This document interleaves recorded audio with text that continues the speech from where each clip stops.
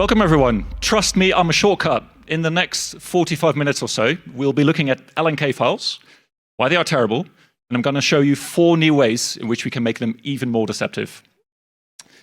I like that spirit. Keep that going. My name is Wietze. That's a Dutch name. I grew up in Amsterdam, but I now live in London, where I also work for a company called Klaviyo. Klaviyo is headquartered in Boston, Massachusetts, but they also have a big office here in Denver. So I would say, if I haven't scared you off by the end of this talk, come and find me. We're always looking for cool people to join our team. And with that, let's have a look at shortcuts. On Windows, roughly speaking, you have 2 kinds of shortcuts. You've got LNK files, you've got URL files. Now, as the name suggests, the latter is mostly for external things, HTTP, HTTPS. LNK file is basically everything else. It is things that are local to your device. So that would obviously be your hard drive, maybe also a removable drive, a network share, a WebDAV, a drive, anything basically that can be expressed as a UNC path. Anything you can access through Explorer. That is a very Windows thing, by the way. On macOS and Linux, typically, if you want to point to a file or a folder, we'll use symbolic links. LNK files are actual files, and they are binary. It's a binary format. You open it in Notepad, you're just going to see garbage. And that is because LNK files do a lot more than just point to files and folders. I don't know if you were here for the previous talk, but it was actually briefly touched upon. LNK files can execute commands. They can have lots of extra pieces of metadata that allow you to, for example, open a program maximized or with a different working directory. So it is a very special format that was introduced in Windows 95. It was part of the drive for Windows to become more user-friendly. And bear in mind, right, Windows 95, we had floppy disks, we had dial-up internet, the world was a different place. So it was trying to solve a very 1990s problem where maybe you had like a piece of software on a floppy disk, you try to access that in an easy way. Windows 95 allowed you to create an LNK file that then pointed to the remote or the external source. Now, as you saw in the previous slide, LNK files are still very much UI concepts. You can trigger them from the command line, but typically, right, you would open them like this. On my desktop, you see a shortcut for Microsoft Word. You know it's a shortcut because of the little white square at the bottom with the arrow in it. It's almost like a security feature. This is Microsoft's way of telling you, this is a file, but the file you're seeing is not the actual thing itself. It's pointing to something else. To my knowledge, the only way to find out what is going to happen when you double-click that shortcut is by right-clicking it, clicking Properties. If you do that, you're presented with this Properties dialog. As you can see at the top, we have a number of tabs, but by default, this is the first thing you see when you do that. It gives you some information, again, the name of the shortcut and whatnot, but very important is this target field. This target field shows you what is going to happen when you double-click that file. So it can point to a file, a folder, or a program. In this case, you can tell it's pointing to winword.exe, located in the program files directory. As I mentioned before, there's some extra stuff in there as well. It tells me what the working directory will be. You can even set like a key binding shortcut to trigger this command, or even define what if it should open maximized or minimized. So again, there is lots of information in this LNK file, but the only real way to understand what is going to happen is through this dialog. It's going to be important for the rest of the talk. Now, let's talk about abuse. If you are in defense, like myself, or if you're in offensive security, it's important to understand how you can abuse this, right? Because LNK files were introduced for usability, to help users. But clearly, that also helps attackers. If you look at exploits, right, if you go to the CVE repository, you look for LNK files, you will see loads of them. Because it's such a complex format that's very old, it keeps breaking, it keeps doing unexpected things. I would say a very notable example is the Stuxnet campaign, right? If you remember with the Iranian nuclear reactors, part of that attack chain of 0 days was an LNK abuse one, where you could trigger an LNK file to load a DLL file without even opening the DLL. Now, I have to disappoint you, What I'm going to show you today is not nearly that advanced. However, if you look at how LNK files are abused in 2026, you see them still being used for initial access, for persistence, and somewhat applying to both defense evasion. So for initial access, right, you will still see campaigns asking a user to download a zip file with an invoice or some sort of other attachment with a software update, right? You try to trick the user into clicking your LNK file. Why? Well, LNK files are customizable, right? Because you can change the icon. You can change, obviously, the name. You can deceive the user by making it look like it's something else. Because you also can run arguments, unlike on macOS and Linux, it just allows you to, with one single click, or one double click rather, trigger your command that can give you initial foothold. Because it's a shortcut, you don't even need to bring your own binary, right? You can point it to a lol bin, anything local to the machine. Maybe give it some malicious command. So in a single LNK file, without any extra additions, you could trigger, say, a PowerShell command that downloads the next stage. So initial access is still big. But you can use it for persistence as well. Bear in mind, many of us will have shortcuts on our desktops. Your browser, for example, right? There is malware that changes those shortcuts to execute that malicious commands instead. Good way to get persistence. Or startup folders. You can put shortcuts in startup folders, allowing you to execute your malicious commands. But the key thing here, right, is the defense evasion part of it. You try to create trust with the user. You try to present it as if it is that invoice they want, the software update they need to install. So the masquerading element of it is what makes LNK files work. So I don't know if you're familiar with this internet meme, but this is obviously what gave the name to this talk. This is still pretty much how shortcuts work. You tell the user, this is absolutely fine, just double click me, it's gonna be fine. And that's where the attack starts. So, in order to understand how LNK files work, that will help us to defend against it, but will also maybe help us find the new abuse methods. So what I did is I looked for the definition of LNK files. Now, since 2011, I believe, Microsoft very kindly provide very detailed information on how LNK files work. Before that, it was all black box. People have tried to reverse engineer it, but now Microsoft very kindly gives you an overview of how the LNK format is structured, how it's supposed to work. 50 pages long, very detailed, very long, very dry. This is a photo of me having read that. But jokes aside, it is actually very helpful because it is full of very detailed information. It tells you this field is required, you have to define this value, value is within these bounds. If you do this, you must do that. It's very great because that allows us then to understand how you can get even more out of an LNK as an attacker. As I read through these pages, there was one section that was very easy to read. This is actually in there, this is not a joke. This tells you that when this was designed, right, Windows 95, security was not a consideration. It was all about usability. So the fact that now we are still struggling with the security implications is directly visible through here. So that sets the tone for the rest of the talk, because as you can see, there are lots of surprises there. Now, before I take you through these 4 new abuse methods, ways to make it more deceptive, before I talk you through that, I'm going to, high level, give you an overview of how LNK files are structured. Every LNK file, binary format, right, is up to 5 sections. The first one is the header, it's required, what's in darker color. This one is always present.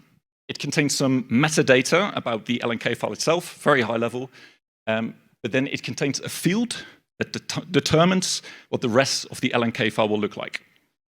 So again, I'm not going to walk you through all of these, right? But it starts with the header size itself, which is fixed. CLS ID, again, as a signature, it's fixed. Then we have link flags. It's only 4 bytes long. But whatever you put in those 4 bytes determine if any of the other blocks are going to be present and what's going to be in them. So link target ID list is optional, like the other ones. It's nearly always there. This is typically the field where your target file or folder is defined. So if your target is c/hello.txt, this is the field that's going to hold that value. It's in a very weird format. Again, I'm not going to bore you with that, but it's important to call out this is usually where you find the target. Then we have link info. Now, link info is one of those fields where you can tell that this is designed in a different time. Link info contains metadata about the target, such as the file size, even NTFS, inode number. What this allows you to do, or what allows Windows to do, is that if the target of the link is lost, it contains information that can help the OS identify where it is now. I don't know if you've ever tried this. If you create a shortcut to a file, and you rename that file, logically the shortcut should be broken, right? Very often, if you double-click it, it still finds it. It's because the information in there. It knows, again, the disk location. Sometimes it uses things like size or last modified. It can then check, is this the new file? Okay, probably. And then it's going to update the link to there. That's link info. String data has string data, as you can imagine. But a good example is command line arguments. If your target is cmd.exe, that's going to be there. But if you then have a command line argument of /c calc.exe, that bit is going to be in string data. Finally, we have extra data. It's optional still, but it can be defined once or multiple times. Every new addition to this format since Windows 95 is stored in here. It's like a customizable addition where you can put extra attributes for your link file. So there's like 11 of them. But for the purposes of this talk, I'm only going to talk about one, which is the environment variable version. If you have a link file and your target is not a normal path, you can also say, I have an environment variable version. It's called exp field. That is not a normal path because it needs to resolve that, right? If you have a target that uses username %, you need to tell the link file that needs to be resolved. If your target has an environment variable field, this is where you store it. Again, don't worry if you didn't follow that. It's just good for background as we walk through the new abuse methods. Again, I'm not going to talk about this in detail, but it is important to call out, right? This is an example of the header. Header is always present, so every link file starts with something that looks like this. Header size, already told you, is fixed. CLS ID is fixed. Those link flags, right? So it's in green here, 4 bytes. According to the documentation, there's 25 unique flags you can set. That means 2 to the power 25. We have 33.5 million possibilities there. Again, only 4 bytes, but we have a lot to try out there. Do you think that Microsoft have tested all 33.5 million? Exactly, that guy gets it. So as you will see later, this opens scope for abuse. That's where we start. Just for context and the remainder, right? You see file attributes, creation, access, and write times, file size. This is metadata. This is information about the target, so that when you hover over your shortcut in the UI, it knows, oh, hey, this is a folder, or hey, this is a read-only file. It knows when it was last created or accessed or written, which are great forensic artifacts, by the way, if you've ever done incident response, very useful fields. We won't really be talking about that, but just as a reminder, that's all sort of information lives in a link file. You would never find that in a symbolic link. Sweet, all right. That was the theory. Let's now start thinking about how we can abuse this. Like I said, I'm a defender, so when I do this, right, I always try to think, okay, what would an attacker do? Having read that documentation, it's very clear that it's an old format with interesting design choices. And if you start writing your own link files, right, so not the ones you generate through Windows Explorer, but you literally just, with bytes, start writing your own ones, it becomes very clear that LNK files are full of surprises. Because the documentation is super strict. If you do this, you must do that. It's very clear when you start playing with it, if you don't stick to the rules, Windows Explorer is going to let it slide. Like, well, you said you were going to do this, but you know what, I'll fix it for you. It's totally fine. So how do we weaponize such surprises that we can further the goals I set out earlier, such as creating trust, deceiving, or just staying under the radar? How do we make sure we can execute our payload without being caught? Now, things we can do to achieve that is, I just mentioned them, right? The flags. Can we maybe find contradictory flags, see what happens? Maybe something weird happens that helps us with these goals. Unusual values, right? The documentation tells you you can only set 1, 2, or 3. What happens if we set 4? Does it break? Does it still work? We'll find out. Overflowing fields, again, do we set a really high number? Do we take more bytes that we were asked to do? Or just a mismatch? What happens if I say I'm going to provide a value, but then I'm just going to provide null bytes? That maybe going to break something? So before I start talking about what I found, I quickly want to talk about this one as a base case. This is I want to say recent, but I think it's last year, early last year. It's a report by Trend Micro that said Windows shortcut exploits abused in 0-day in widespread APT campaigns. Sounds very terrifying. If you read the article, it's very clear. It's not that new. It's not a 0-day. It's been abused for years. It's also not super novel, but I do want to talk about it so we understand what it does. In the report, they provide this shortcut. So they say attackers use this to further their means. If you right-click their POC, all you see in the target ID field is a bunch of spaces. Which to you and me stands out. Their argument is, with this trick, you can hide the command line arguments, making it harder to see what's actually in there. So in this case, it says POC, but imagine it says invoice.pdf.lnk. They say now it's harder to see that's actually executing a command prompt. So why does this work? Again, you recognize the structure from before, right? So in this case, the shell link header is always there, so that is specified. And we set two flags. We say it has arguments, because it has arguments, and has X-string. So that's the environment variable I was talking about. So the X-string version, right? We just pointed to CMD. That's straightforward. But now, this CVE, what it does, it just pads the command line arguments with, I believe it's 260 spaces. For whatever reason, everything beyond 260 characters is no longer displayed in the UI. According to the definition, you can specify up to 32,000 characters for a command line argument. That means if you render it in the UI, it's going to show those 260 spaces, and then the actual juicy bit falls off the page. You just can't see it. The UI won't let you.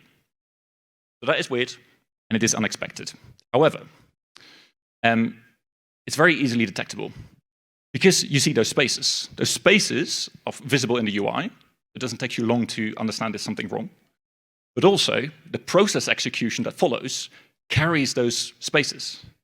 So most AVs, like Windows Defender AV, they recognize if you see a process execution that starts with at least 260 spaces, that's bad news, right? So on the Windows 11 box, it's going to block this outright because it knows this is not normal. So what do we learn? This is just the base case, right? It's not undetected. It does get very easily detected. Nowadays, this technique is stopped. Microsoft, in fact, patched it in the last Windows 11 version. But why does it work? Well, you can spoof arguments. You can hide them, in fact. So the actual juicy bit, your PowerShell execution, you can't see. The path is still visible. If you scroll all the way to the left, you would see comspec, or what did it say, cmd.exe, will be visible.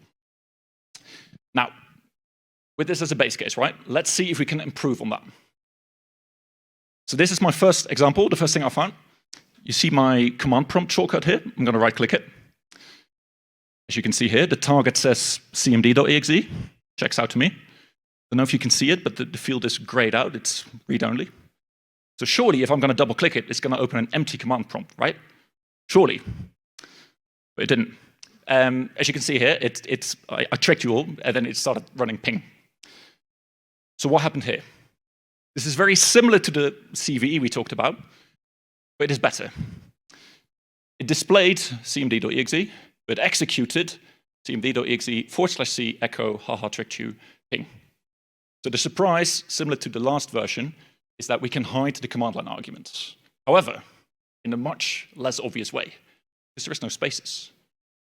I hope that you agree with me. If you see this, right, you right-click it and you see this, you would conclude it's going to open an empty command prompt. It doesn't. So why does this work? In our header, we say there is a link target ID list. We say there are arguments, and we say there is an X string. This is already weird. How can you have both a link target ID list and an X string? Because they're both paths. Why would you need two paths for the same link? Weird, right? So when this happens, Windows has to choose. Turns out that if it can choose between the two, it will always pick the environment variable version, the last one. Now, the weird thing is that if you claim there's going to be environment variable version, you don't provide one, you just put null bytes, what happens is it grays out the target field, and somehow it forgets about the arguments that there are. It just doesn't show them. So that means, right, so we tricked it by saying there's two paths, and the path it's interested in, it didn't provide. It realizes something is wrong, breaks the format, forgets about the arguments. This worked great in this specific example because my target was command prompt. So if you have a shortcut that says command prompt and the target is cmd.exe, you would believe it. However, if your goal is to trick someone into opening a fake PDF, probably not your best bet, right? Because if you have a PDF and your target is conhost or CMD or PowerShell, you're going to be like, nah, that's probably not right. So depending on your use case, right? For persistence, this is great. For spoofing uses, maybe not so much. So to recap, why is this good? Well, it's undetected, fully patched Windows 11 box, still works. Path is disabled, which I like because it means users can't mess with my target. Arguments are still hidden. Only downside is we can't use environment variables because our real target lives in linked target ID lists, and that doesn't accept environment variables. But as I said, not great for every use case, so let's look at a new variant then. Here you see an invoice, PDF. I'm going to right-click it. It says here the target is your-invoice.pdf. No spaces there, as you can see. So surely, I'm going to double-click it. It will try and open a file called your PDF. So let's do that. That's not my PDF. That's a calculator. So what happened here?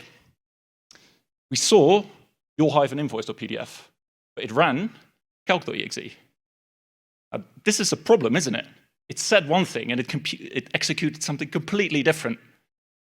The surprise here is that the target can be fully spoofed. Why does this work? Back to our format. In this case, I said there is a linked target ID list and an X string. Once again, we define both. From the last version, right, I told you if it has both, it will prefer the bottom one. This is where it gets tricky. In my environment variable version, I gave it a path. But the path is double quote your-invoice.pdf, double quote. Most of you will know that Windows paths have reserved characters. You will know that, for example, in the file name, you can't use a slash, or you can't use a double quote. Windows paths are not allowed to have double quotes in them. So by me wrapping them in double quotes, it looks like a legit path. But when Windows tries to pass this, it says, that's not a path. I can't run that. So what happens is that it falls back the linked target ID list version. That's very strange, because now you end up in a situation where it will display one thing, but when it runs it, realizes this is not a valid path, and then executes the real target, calc.exe. That's mad, right? Now, again, this worked because my target was calc, and calc didn't take any arguments. If you're an attacker, and you try to trick someone into opening your PDF, and you want to run PowerShell payload or a command cmd.exe payload, the downside is that those arguments would still be visible. On the left is what we just ran, but if my target is cmd.exe/c ping, it would look like this. And again, you're all security conscious people. If you see this, you'd be like, nah, that's not legit. That's something is wrong. So again, if your target is a single executable, this works great. If you have arguments, maybe we should try the next version. So to recap, still undetected. In this case, the path wasn't disabled, right? We could copy it. But we now spoofed the path completely. So that's a win. Let's see if we can improve on that. Next version. README. Target is c/readme.txt. Type is a file. Target is c:/. That's legit. Gonna open Notepad, right? Right? I don't know if you can read it, but it tells you hello and I hope you like the talk. And then it pop calc because we're still breaking stuff, so you have to pop calc, right? What happened there? It said it was going to open readme.txt and it opened MSHTA. But again, it displayed one thing, but it executed not only a different program, but now we also had command line arguments that weren't visible. What's going on here? So now we have both the path spoofed and the command line arguments. Why does this work? Now, this is a complicated one because we need all 5 of them. In our link header, we say there is a link target ID list, there is link info, there are arguments, and there is an environment variable version. Now, again, this shows you how mad this format is because we have now 3 different paths. We have an environment variable version, link target ID list, and link info. Now, what happens here, right? You will remember, it prefers the bottom version, so that's what it shows. When it realizes that's not a valid path, it falls back to the link target ID list. In this case, I've also given it a corrupted path. I gave it a path that's so long that it falls off the slide, but also it breaks the parser of file paths. It's not compliant with what a file path is supposed to look like. So in that case, it's going to fall back to that link info field, which is meant to help it find broken, corrupted links. Now we have a situation where it shows this, tries to load this, but then ultimately executes this. It knows something is corrupt, something is broken, which is why this is grayed out again. What was I going to say? It's broken again. So that's why it grays it out. And again, for some reason, it forgets to show the arguments. So great for us, because that means for our comparison, it's still undetected, path is disabled, path is spoofed, the arguments are spoofed, but we can still not use environment variables. There's one caveat to make here. Because it relies on link info, right, which is meant for self-healing. This is meant to sort of fix broken links. When it gets to this bit, it will update the LNK file with the new path, right? So it recognizes this is broken, oh, but this one is working. But what happens is that before you double-click it, it looks like the one on the left. But after you've double-clicked it, LNK file will fix itself, and then it will look like this. If you're an attacker, you don't care, because all you want is them to execute it once. Then you have the foothold. You don't care if they open it afterwards. You don't care. But I do want to point this out. If you do LNK forensics, something may have looked different when the user executed it versus when you see it after the fact. So just bear that in mind. LNK files can update themselves. Sweet, that was the overview. All right, one more. Let's see if we can bring it all together. Another example. In this case, I'm targeting a folder, a drive. I'm going to right-click it. It says F/USB drive. Target source is F. Again, surely it's going to open a folder, right? That's no fun. You already know what's going to happen. Obviously, it opens something bad. It opens PowerShell with my payload, and in this case, another calc, because we need to know that we broke it. So why did this one work? Just to recap, we saw the USB drive one. It executed this, PowerShell.exe/EC, and then my obfuscated or encoded payload. So now, this one is actually simpler than the previous one. I say has target ID lists, has arguments, has X string. But now something is different. You will remember that if you provide an X string, it prefers that one. What I didn't tell you is that in the LNK format, when you provide an environment variable version, you have to specify it twice. Once in ANSI, like single byte encoding, so like UTF-8, and Unicode, UTF-16LE. As I was playing with this, I thought it's actually pretty crazy that you have to specify it twice, because you can already specify it in like 3 other places. Why does it need to hear it so many times? I recognized, or I tried to just specify it in one, but not the other. So I specify the Unicode or the UTF-8 version, but not the Unicode version. This is where something strange happens.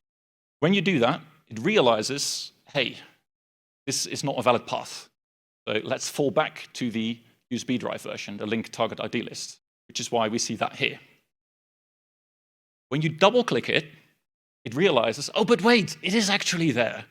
So what happens is that it actually does execute this UTF-8 version when you double-click it. Again, full of surprises. So that, again, means that we have 2 paths. One is displayed, but the other is executed. If you pay attention, this is the first time we see it the other way around. Normally, we had our spoofed path here and the real one here. Now it's flipped. This is our actual path, and this is our spoofed path, which means that we can now also use environment variables on top of all the other benefits. So one final time, undetected. A fully patched Windows 11 box allows you to do this, and there's no Windows Defender to stop you. path is disabled, path is spoofed, arguments are hidden or spoofed, and we can use environment variables. Now, like a good guest, I came here bearing gifts. I have a tool for you. It's called Linked It Up. It comprises two tools: link generator, I'm going to show you that first, and then the testing framework that can help you detect links like this. If you don't trust the QR code, I don't blame you. Just go to my GitHub. You can find it there as well. Now, the link generator, as the name suggests, right, it allows you to generate any of the 4 versions I've shown you here today, as well as that CVE that's been around for a while. It's a pure Python module. You don't need any extra libraries, and it works cross-platform because it is just manipulating bytes. Where you can see here, right? Check out the documentation, but in this case, I say my target executable is calc. My spoofed path is Hacking/Malhigh 2026. I tell it where to put the shortcut. By default, it will, by the way, spoof a PDF, so it will choose a PDF icon. You can change that. And then it generates it for you. So I think this is the third or the second variant that I showed you. As you can see here, it now spoofed path. If you double-click it, it will spot calc. So use this to your advantage. If you're in offensive security, it's pretty obvious what you can do with this. If you're in defense, right, try this. Does your EDR pick this up? Because as we talked about before, this is not trivial to see. Which is why also I give it the testing framework that I use. It's an automation, it's a tool in C that I use for my research to identify when the link file is going to break. But defenders can use this as well to proactively find link files that are bad. How does this work? This is Windows only. The reason for that is that when I tried common third-party tools for LNK files, like Eric Zimmerman has a really good tool for that, the problem with those is that they just follow the definition, they pass the LNK file according to the documentation and then tell you this is what's inside. But very often, the documentation, as we have learned, does not reflect reality. Because unlike these tools, Explorer is super forgiving. As we've seen, right? Like those broken paths, and it's like, oh no, it's fine, I will use the other one. Not always will these tools recognize that. What I did is I used the native Windows APIs that I used for shortcuts, both for displaying them and for resolving them. So what you see here, it tried to pass the LNK file, checks if it's valid in the first place, and then it compares what it thinks it's going to show in the properties dialog and what happens when it resolved the link by actually passing the link file. So in this case, it knows that the UI is going to show this is very innocent.pdf, but it will actually execute command prompt. It also tells you there were arguments involved. So again, if you have a PDF and there's arguments, that's already a red flag. But this is a great tool for me to test in an automated way how I can break this format. For defenders as well, you can throw links at it and it will tell you, it will warn you when there is a discrepancy. So take advantage of that. Next to this, right, for defense, again, what can we do with this? What I hope, if anything, that this talk has convinced you of is that link files cannot be trusted. We have seen with our own eyes the properties dialog lying to us in terms of what it was going to execute. So just be aware of that. Second thing to call out, the frustrated forensic. I told you about this before. If you double-click a file, it can sometimes update itself. The properties, right? Lots of people generate link files with Windows Explorer. If you create your own, you can just put mock values in there. You really give it an impression it was generated at a different time on a different computer, yada, yada, yada. So just be aware of that. And thirdly, I already alluded to that, the analysis tools, the third-party analysis tools, there are really great ones out there. But just bear in mind, they cannot always be trusted. They are brittle. If you provided broken LNK files, it sometimes just refuses to analyze it, saying this is not compliant. Or you can fool them. Most of them are terminal tools. If you change your LNK file in such a way that it's going to manipulate the command prompt output, can be done with one of them. So bear that in mind.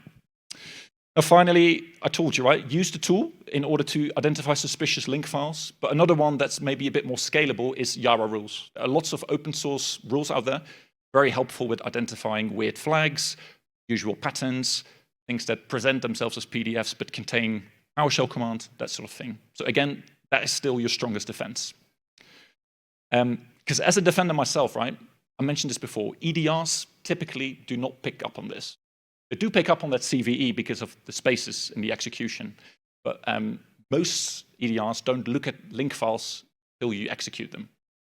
So my recommendation is, right, that even though the stuff we've seen today cannot always be identified or prevented as they happen, hopefully your other detections are resilient enough to detect the actual PowerShell execution, shellcode implant, that sort of thing. So also make sure that you have enough other detections to be resilient when you miss one of these things due to them just being hard to detect.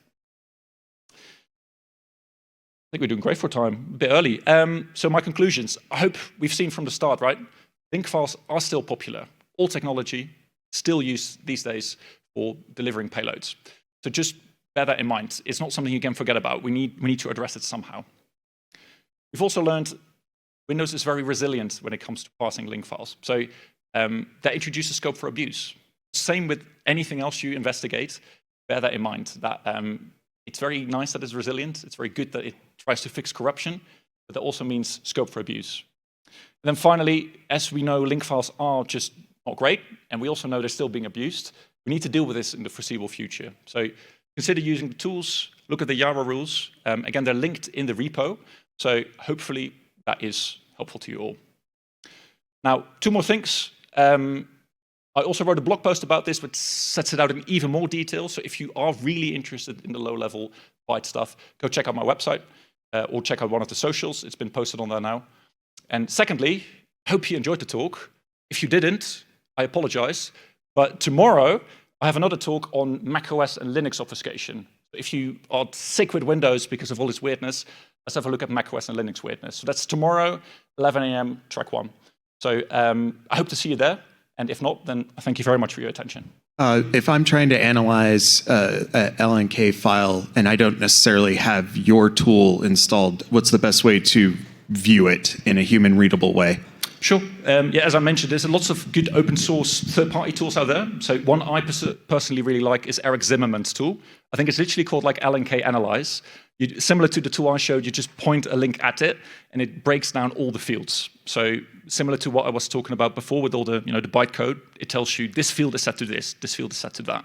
So to understand how a particular link is structured, that's a great tool.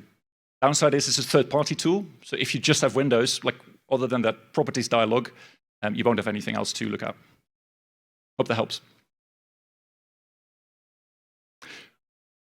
In PowerShell, there is like a C# module that can do a bit of parsing.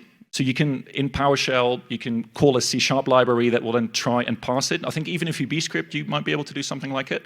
But again, it gives you very minimal stuff. It will tell you the target as presented in Windows Explorer, but not the resolved target. So the stuff I do with the APIs, it doesn't go that far. On the example one, did you ever try like putting something initially like calc and then padding it and adding a second path? Say that again for the first one. Yeah, the one that was patched that you could bypass, right. bypass what was showed just there with the padding. Could you put something in front to show like that way it didn't start with all the padding? Oh, I see. So because they're separate fields, the actual path, so in this case there was cmd.exe, right? That would have to be visible. However, you could combine it with my second variant, I think. So if you combine the two of them, with that second version, you would hide the executing executable. With the padding trick, you would hide the arguments.